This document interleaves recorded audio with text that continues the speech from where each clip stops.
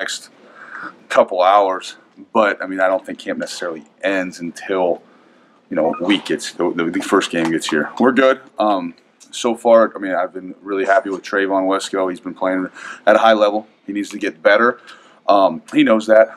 Giovanni's playing well as well. He's really come a long ways, and I'm happy with his progression. The other guys in the group, TJ Banks and Logan Timmons, they're playing well as well.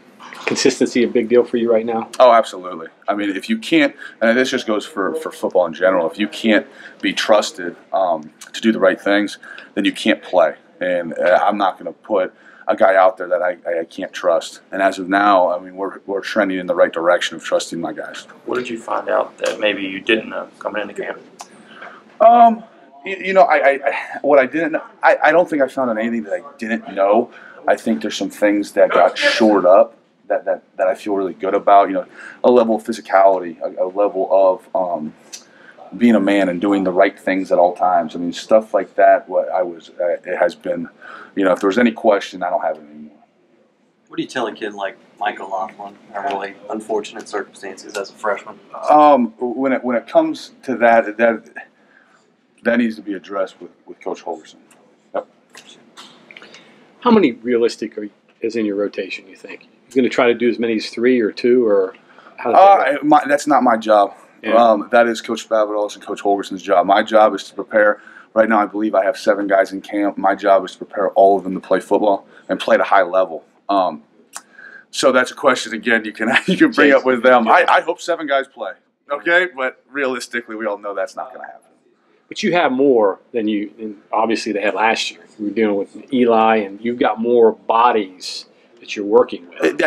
Yes, I do. I mean, we have it's a completely different room.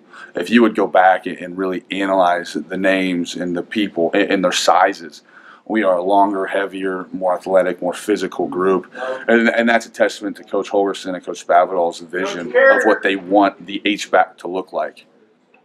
Wesco, the guy probably that's the most apt to be able to do run and pass situations and pass block and catch the ball and all that. Is he the most versatile, you'd say, to your group right now? I think Trayvon's the most developed. Okay. I think that's the way I would phrase it, just for the mere fact that I believe he's 23. He's a 23-year-old man. I mean, Giovanni is, I believe, 20. I mean, there's 3 years of maturation. Am I saying that correctly? But yeah. There's a big difference between a 23-year-old and a 20-year-old, and I think that's what he brings to the table, as a guy who can do everything. Am I going to compare him to another player? No, I don't think that's necessarily fair to do. I feel very confident in Trayvon doing everything. We know about Giovanni's pass catching. Is the other parts coming around a little bit? Oh, yeah, absolutely it is. I mean, Giovanni is a kid that takes pride in football. I remember on his visit 3 years ago here, and he couldn't, when freshmen come in, or at the time senior in high school, they come in, they're kind of shy, they're kind of passive. And you could tell he had a little of that, but at the same time, he picked the football up and he was throwing it around to practice. You could just tell the kid had a passion for football. And it comes through. Obviously, last year he had to take off, but this year he's really come a long way.